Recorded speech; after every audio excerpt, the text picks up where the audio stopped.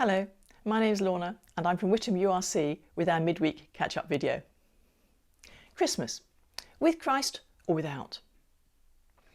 Well, I pose that question because this weekend I was reading a newspaper article which brought home to me the real need for those of us who follow Jesus to put Christ back into Christmas. The article was written by a second-generation British woman whose parents were refugees from a country where Christianity is forbidden.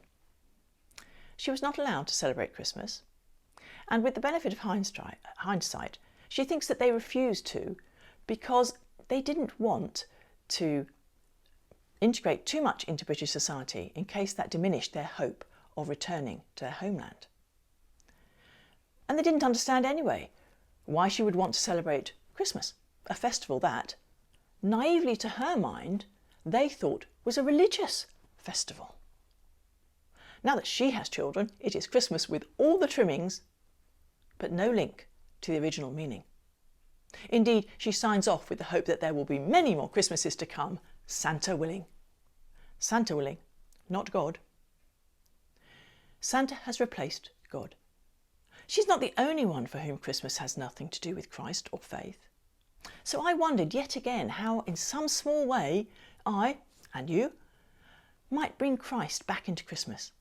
How can we encourage others to ground Christmas in reality, not the fantasy of a Disney Christmas? How can we get beyond the decorations to a real meaning of Christmas?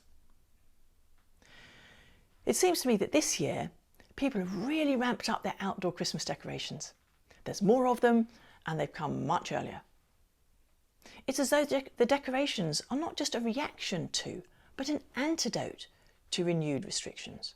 The decorations are to bring hope and, literally, because of their numbers, light in dark places. But it can be dangerous having a long period of anticipation, as our expectations tend to increase along the way, and then they set a very high bar to attain. But what happens if the day doesn't live up to our expectations? The disappointment is huge. For those of us who believe, we skip Advent at our peril. For us, the long run-up and the mounting expectations are a real blessing because we know that whatever happens on the day, let's face it, how well everyone gets on, whether lunch is burned or frozen in the middle, or toys get broken within 15 minutes of being unwrapped, or anything like that, whatever happens, we know that if our hope is in Jesus, we can not and will not be disappointed. The spiritual journey we go on to prepare our hearts and lives for Him is the most important thing if we are to have real and lasting joy at Christmas. And of course, it doesn't just come on Christmas Day and disappear. No. The joy and anticipation mount in tandem during Advent, but the joy lasts. Someone told me about a card they had received. It opens into 5 parts, beginning with a beautiful tree with lots of decorations and the words, "When you strip away all the tinsel and glitter, ... And then in each picture, the tree gets progressively barer. There's less foliage, less branches, less decorations. The final part depicts a bare cross, the trunk and one long branch. And then no decorations, just a gold crown resting on the crux of the cross. And then following on from the first panel, which said, "When you strip away all the tinsel and glitter, ...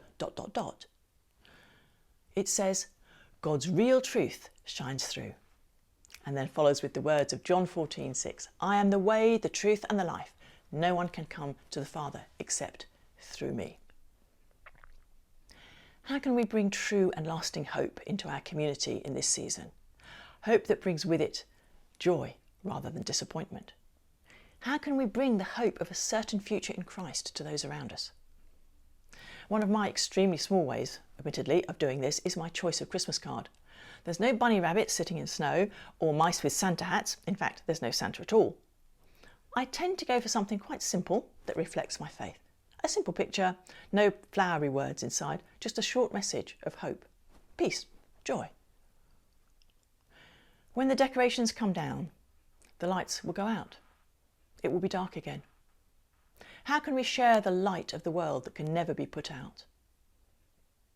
I'm sure you, creative ones, and there's many of you out there, can come up with far better ideas. So please do share your brilliant ideas with me and with others. I do know that as a fellowship we are going to be giving away a lot of very small, beautifully knitted angels, and each comes with a tag saying that they are from us with our love. As a fellowship, that is. On Sunday, we have the first of the family services. I've really been looking forward to this. It's going to be led by Viv, and it will be live streamed. I know there was a technical hitch this week, but next week I'm sure Gavin will have it all sorted, so no worry about that. So bless you, and I hope to see you soon. Goodbye.